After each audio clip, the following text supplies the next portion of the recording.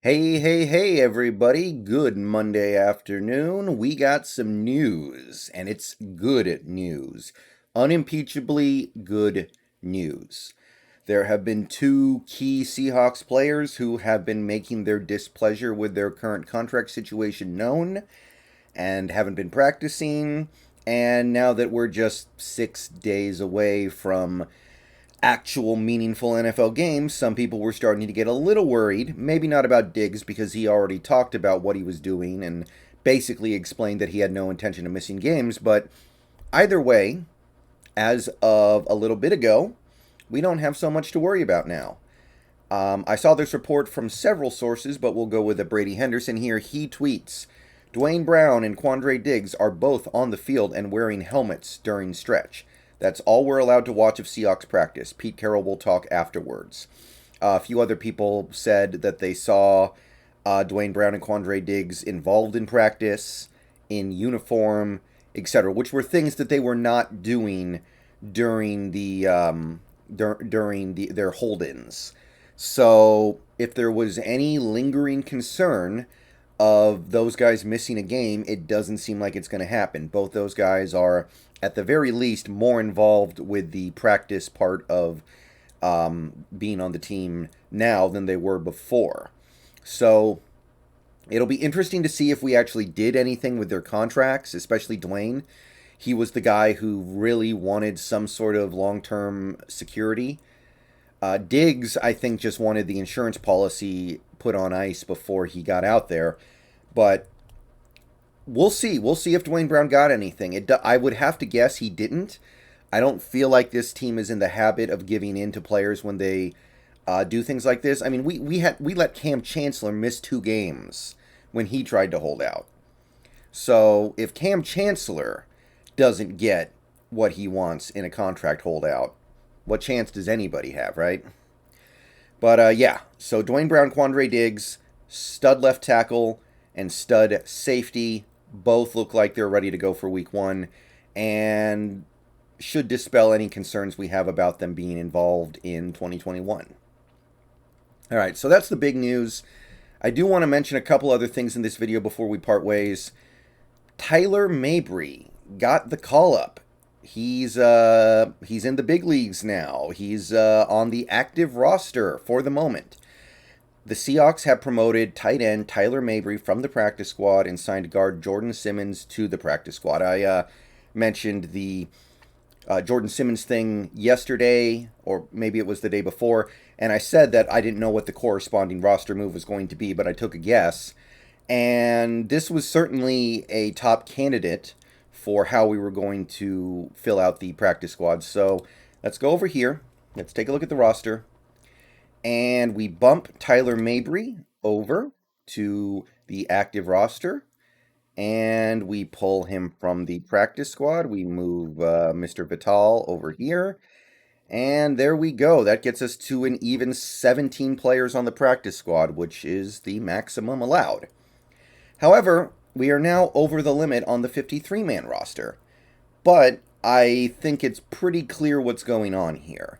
Colby Parkinson's not going to be ready for week 1, possibly not the first few games. So I think we can assume that he's going to get put on IR for the first 3 weeks, just like Cedric Ogbuehi. I'm not surprised. You break your foot. It was optimistic to think he was going to get back for week 1. So my best guess is that Parkinson is going to be put on ice for the first 3 games of the season, and Mabry is going to be our third stringer in his place. But we will wait for confirmation on that. So that gets us back to 53 if that is the case. If it's not the case, then I'm not exactly sure what we would do. Would we send, I don't know, Nigel Warrior to the practice squad?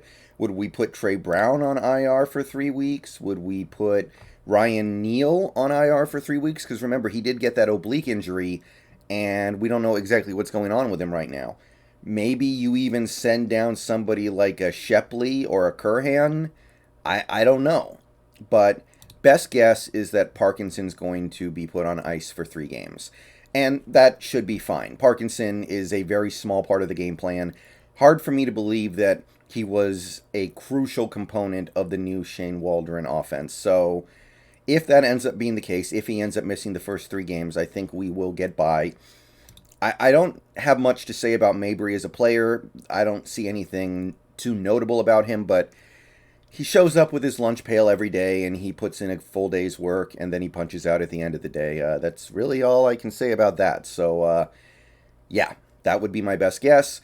And one more thing before we part ways in this video. Ian Rappaport has tweeted that Ravens running back Justice Hill has torn his Achilles at practice and is now out for the season. So, we don't play the Ravens this year. They are not in our division. They're not in our conference. So, it doesn't directly correlate to the Seahawks. But, you know that Simpsons clip that is like, have you ever driven by a burning building and thought, how can this benefit me? Well, I can't help but drive by the burning building that is the Ravens running back room right now and think, how can this benefit me? So it makes a lot of sense for the Ravens to give us a call and see if they can pry one of our running backs away. Because we kind of have an abundance of running backs who belong on the field right now. You got Chris Carson. Obviously, he's not going anywhere because we need him. You've also got Rashad Penny, who has talent. Hasn't really turned into anything yet in the NFL, but he has talent. Alex Collins, who had a 1,000-yard season with Baltimore a few years ago and has clearly got something left. And then you've got DJ Dallas, who has some upside. Travis Homer, no, I'm not even going to try that, but Homer has some NFL-level skills. I'm not here to just bash the dude. And even Josh Johnson, the practice squatter, showed some signs of life in the preseason. So it's possible that the Ravens come make a Godfather-ish type offer for one of our running backs. Penny, Collins are the chief candidates, but maybe DJ Dallas and Josh Johnson get involved as well. So on the one hand, it's a pretty good opportunity to get an asset for a player that maybe you didn't see a big need for this season. On the other hand, this is a win-now Seahawks team. So I don't know how excited I am to give up a current asset for a future asset. If you could get a 4th or 5th round pick for Alex Collins, in terms of value, yeah, that's probably really good. You would probably do that. If you could get a 4th or 5th round pick for Rashad Penny, that'd be even better.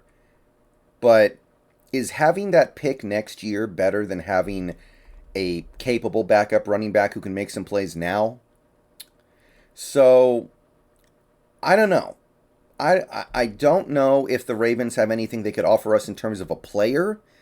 If they have a center or a cornerback they'd be willing to part ways with that we like more than our current guys. My instinct would be to say no, probably not. But would you part ways with Rashad Penny or Alex Collins if Baltimore came a calling and offered some sort of asset? And assume that they're overpaying a little bit because they're pretty desperate right now. Let's say that scenario comes up. There's a good chance it doesn't come up. They're probably going to pick up somebody off of the free agent list and cross their fingers for now and hope for the best. There are other teams out there they can trade with too.